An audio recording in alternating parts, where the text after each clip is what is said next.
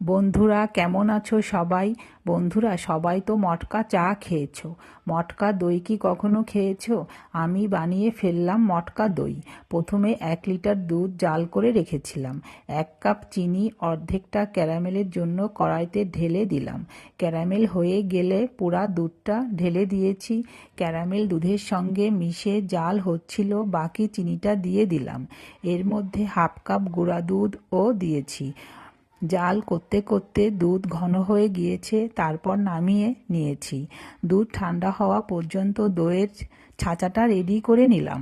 3 চামচ মিষ্টি দই আর 1 চামচ টক দই একটা ছাঁকনিতে ঢেলে নিয়েছি, যাতে জলটা ঝরে যায়। তারপর ভালোভাবে ফেটিয়ে নিয়েছি।